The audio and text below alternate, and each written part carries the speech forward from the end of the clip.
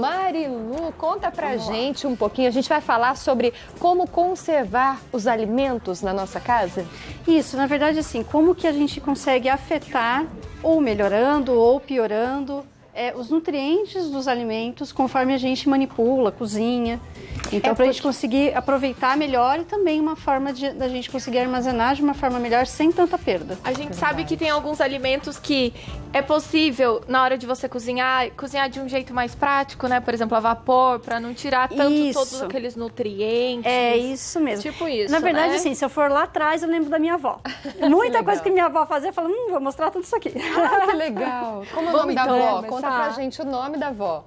Eu tinha a avó Ia, que é minha avó Maria, e a avó Lala, que era minha avó Yara. Que delícia! As duas gostavam de ficar ali na cozinha? As duas cozinhavam. E aí, conta pra gente, o que você aprendeu com elas? Então, na verdade é isso mesmo, né? O melhor que a gente tinha era a casa da avó, que tinha aquela hortinha, que às vezes elas pegavam fresquinho o alimento. Nossa, era sensacional.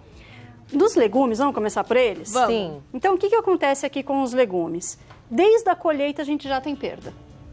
Então, se eu for olhar nutricionalmente, eu já começo a ter perda nutricional da colheita. Por isso que aquela, o mecanismo de que, vou lá na hortinha pegar minhas coisas, já cozinho, era realmente melhor. Mas hoje em dia a gente não pode fazer isso, então... Quem tem uma hortinha em casa, ótimo. Mas a maioria não tem. Não é assim que funciona. O que a gente pode fazer, então? Quando a gente adquire o alimento, ou na feira, ou no supermercado, vai manipular. Vamos pensar assim, a cada vez que eu manipulo, eu vou perdendo mais, Então, se eu deixar ele mais inteiro, aqueles que eu consigo comer cru, provavelmente eu estou preservando mais as vitaminas, os minerais. Quanto mais eu processo, mais eu vou tendo perda. Tá? Tanto na parte de processá-los, quanto na parte de adquiri-los. Ou seja, na hora em que você vai comprar o seu alimento, você tem que ver se ele está embalado. É melhor comprar na feira. Isso, que é mais fresco, né?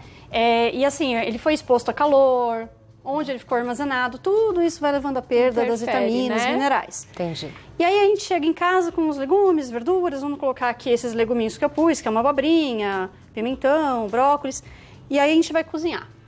Então eu já pico, já tenho mais perda, e aí eu vou cozinhar. Aí eu coloco aquela panela cheia d'água, coloco os legumes ali e deixo ferver. Vai tudo pra água.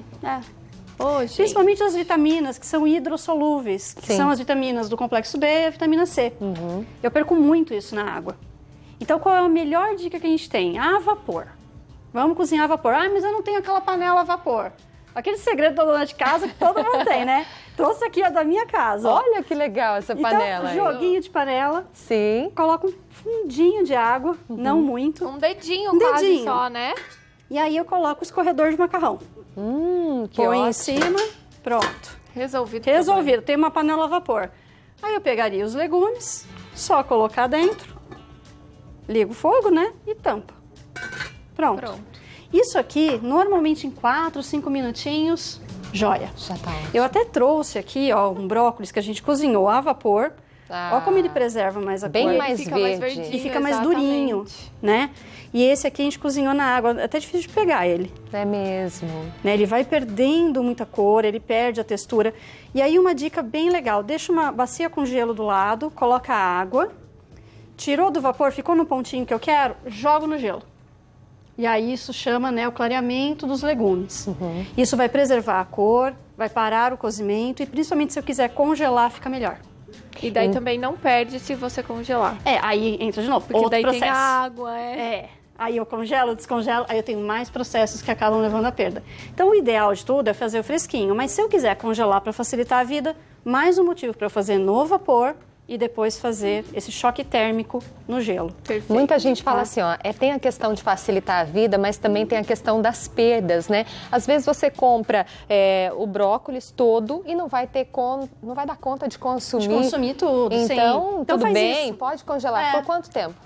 Olha, normalmente se você fizer isso, que aí não vai adquirir tanta água, não vai formar aquele cristalzinho de gelo nele, eu coloco fácil 1 mês aí no freezer. Tudo isso? Eita, eu ia dizer 1 semana. Não, no máximo. Congelado vai. Olha só. Agora, eu tô vendo aqui batata doce, que eu amo. Isso. Batatinha ali também. Agora vamos falar das raízes dos amidos, né? Tanto do arroz quanto da batata ou batata doce, enfim.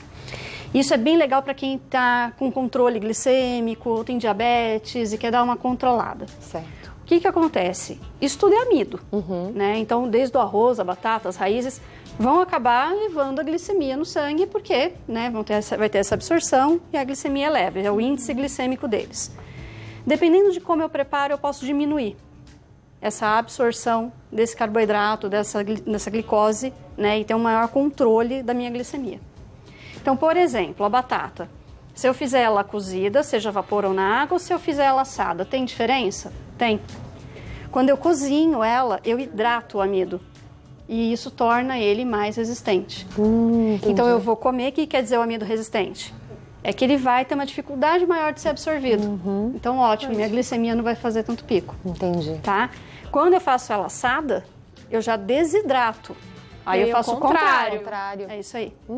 Aí já não é tão bom, então. Não é que não é tão bom, mas se eu tô querendo controlar a glicemia, às vezes fazer ela cozida é melhor do que fazer assada.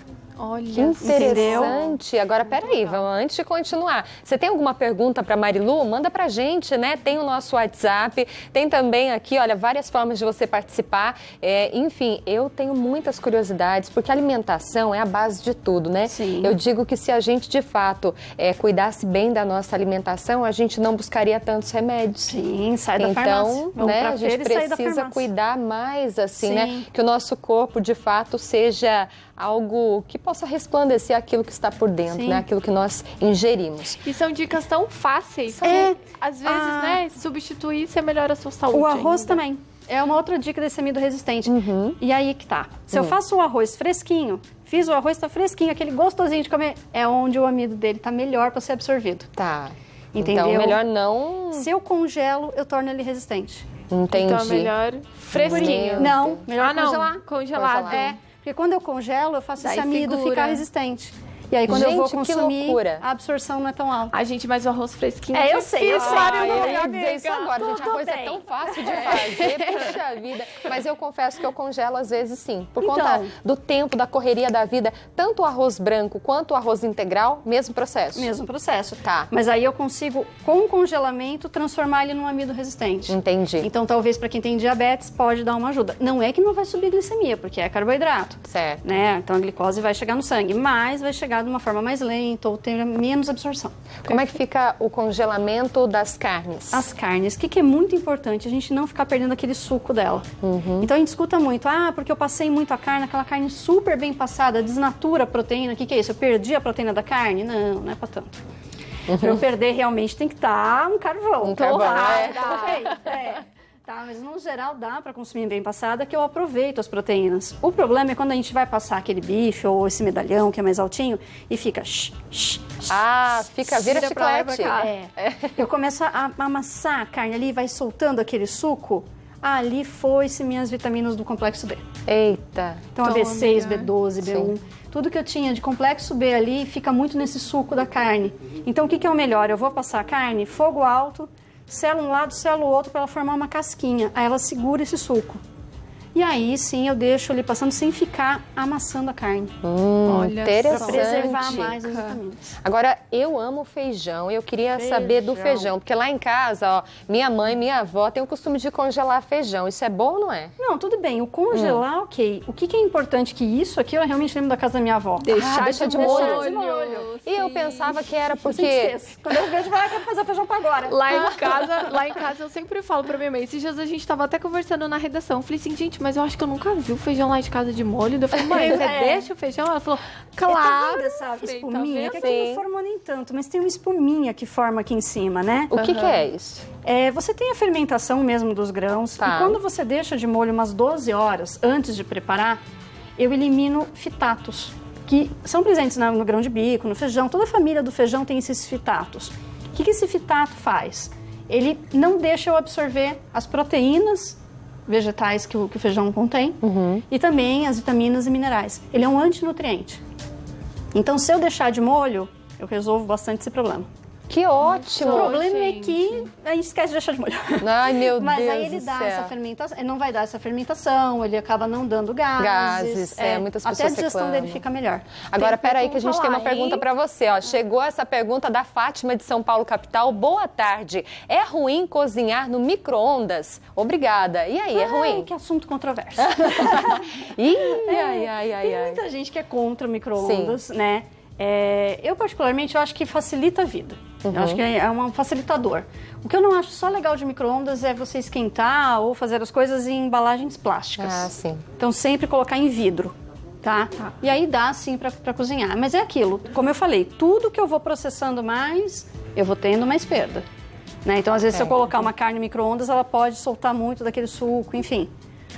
Aí vai da praticidade versus o que dá pra gente fazer de melhor.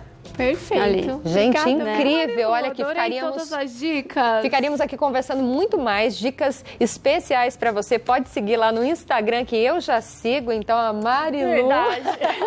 E eu tô muito feliz com essa oportunidade, viu? De conhecer ainda mais. Obrigada pela sua participação. Imagina, obrigada a vocês. Abraço. É de Lorena, São Paulo.